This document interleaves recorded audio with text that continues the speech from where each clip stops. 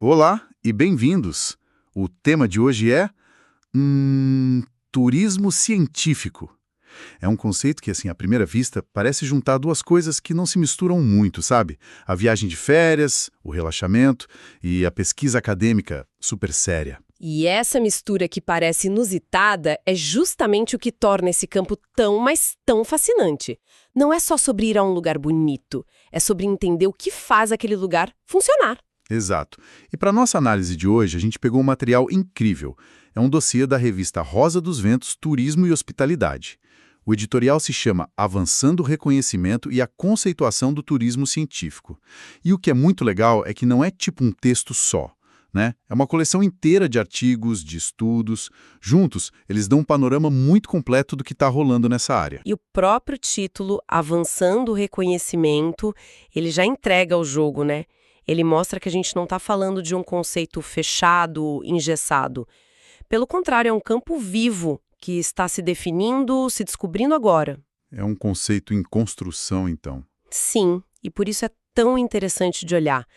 Cada um desses lugares que o dossiê analisa, do Chile ao Canadá, está, na verdade, inventando a sua própria versão de turismo científico. Isso nos dá uma visão não de um manual de regras, sabe? Mas de um laboratório de ideias em tempo real, mostrando como a ciência pode virar um recurso para desenvolver territórios de formas que, nossa, a gente nem imaginava. Ok, vamos analisar isso então. É aqui que fica muito interessante. Em vez da gente ficar só na teoria, a gente pode usar esses estudos para fazer uma viagem, um tour pelas Américas e ver onde essa ideia já é uma realidade. O que você acha? E por que esse movimento está ganhando força? Então vamos começar bem lá no sul, a Patagônia chilena. Ela é uma protagonista clara nesse dossiê. Vários artigos, como os de Borlon, Mal e outros, focam na região de Aysén, mostrando como a ciência está sendo usada para impulsionar o turismo.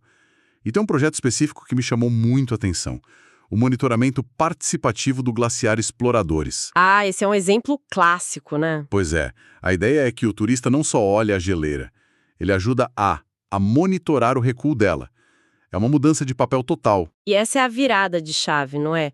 Transforma o visitante de um consumidor de paisagens em um produtor de conhecimento. Mesmo que seja um conhecimento simples, uma medição, ele cria uma conexão que, sei lá, a foto para o Instagram jamais vai conseguir. E o que a gente vê é que isso tende a acontecer em lugares de extremos.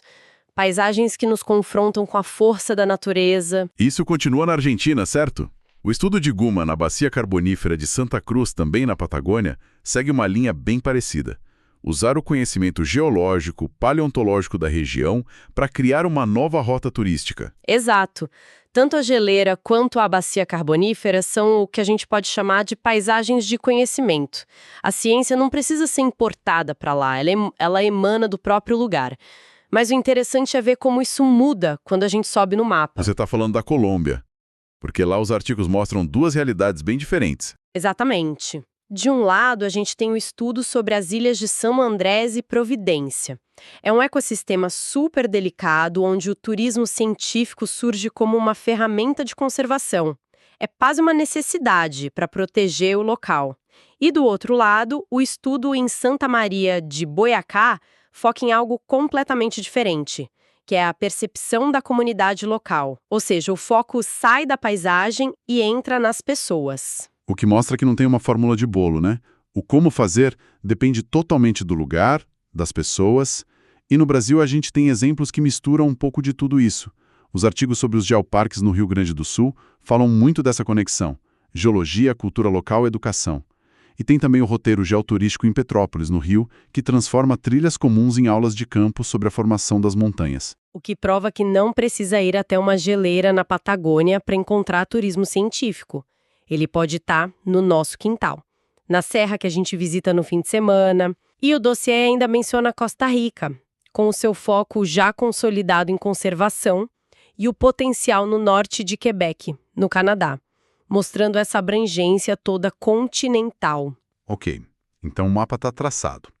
Da Patagônia ao Canadá, passando por ilhas caribenhas, serras brasileiras, mas quando a gente olha para todos esses lugares, fica uma pergunta no ar. Por que fazer isso? É só para criar uma viagem mais, sei lá, inteligente? Ou tem algo maior por trás? Essa é a pergunta central. E a resposta é que sim, tem algo muito maior por trás. Os artigos deixam bem claro que os objetivos são múltiplos e, bem profundos. Um dos primeiros que salta aos olhos é o desenvolvimento territorial. Vários textos, principalmente os da Patagônia, mostram o turismo científico como uma alternativa econômica para regiões mais remotas. Regiões que dependem de poucas atividades. O trabalho de Borlon, aquele ancorando o turismo sustentável na ciência, é praticamente um manifesto sobre isso. Exato. Mas é aqui que mora a tensão, não é? A ciência vira um motor econômico. Mas como garantir que esse motor não atropele a própria comunidade ou o ecossistema que o tornou valioso? Vários desses artigos tocam nesse ponto, nesse risco. O risco de criar um produto científico que é superficial e que acaba danificando o que pretendia proteger. O risco de virar um parque temático científico, onde a ciência é só uma decoração. Precisamente. E é por isso que o segundo objetivo que a gente vê nos artigos, o de conservação e educação ambiental, é tão crucial. Os exemplos da Costa Rica e da Colômbia Insular são perfeitos para isso. Neles, o turismo não é o fim, mas um meio.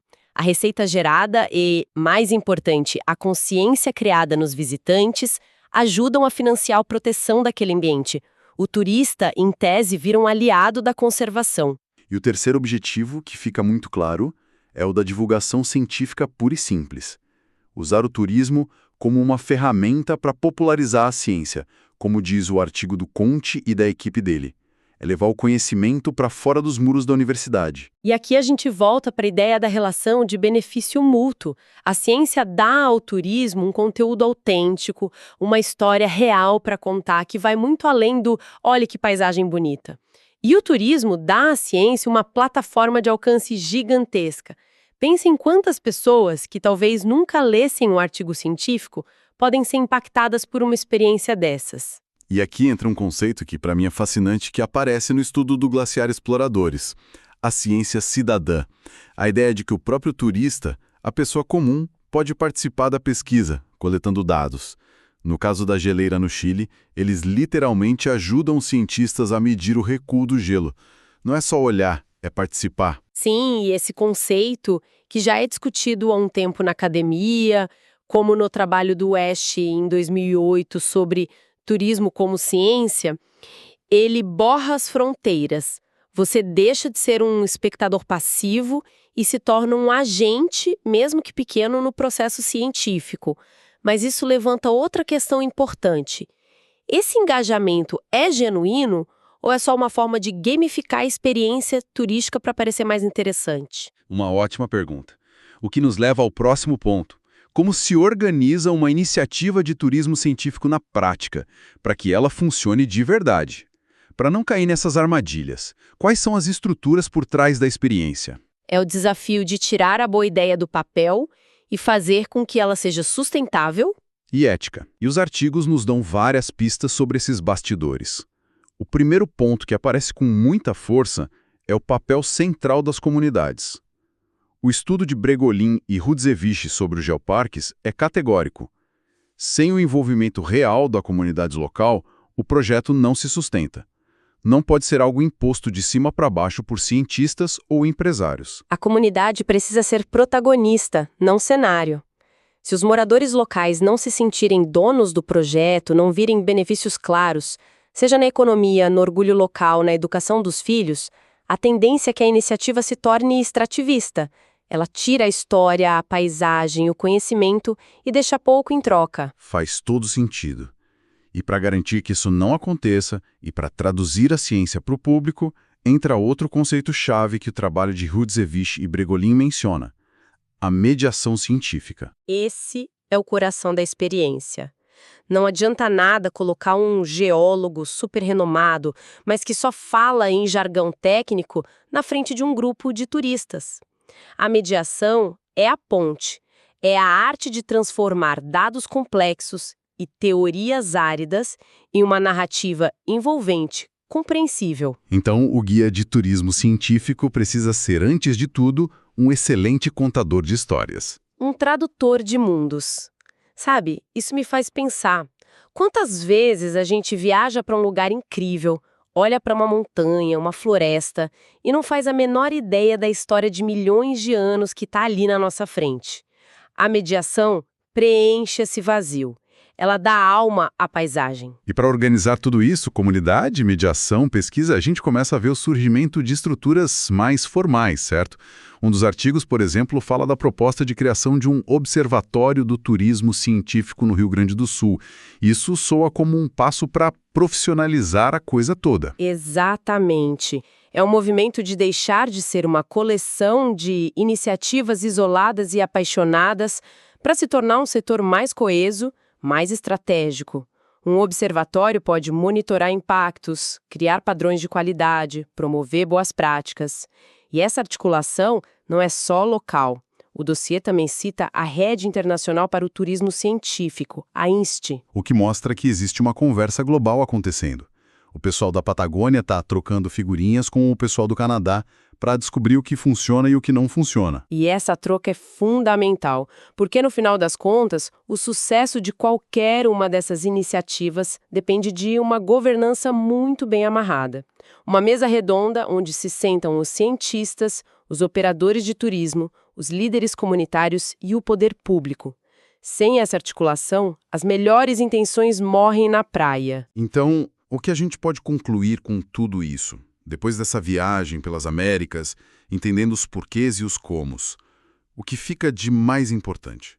A imagem que se forma é a de um quebra-cabeça, complexo, mas com peças que se encaixam de forma muito coerente. Para mim, a grande conclusão é que o turismo científico é muito mais do que um nicho de mercado. É uma plataforma de conexão. Ele conecta o viajante com o destino de uma forma mais profunda, conecta a ciência com a sociedade de um jeito prático, vivencial, e conecta as comunidades locais com seu próprio patrimônio de uma maneira que gera valor, que gera orgulho. Não é só sobre viajar, é sobre criar significado. É uma síntese perfeita. E eu acrescentaria que a ideia fundamental que une todos esses estudos da geleira chilena ao geoparque brasileiro é muito poderosa. É a de que o conhecimento científico sobre um lugar é um recurso valioso que pode e deve ser compartilhado de formas criativas. E quando você faz isso bem, o resultado é transformador.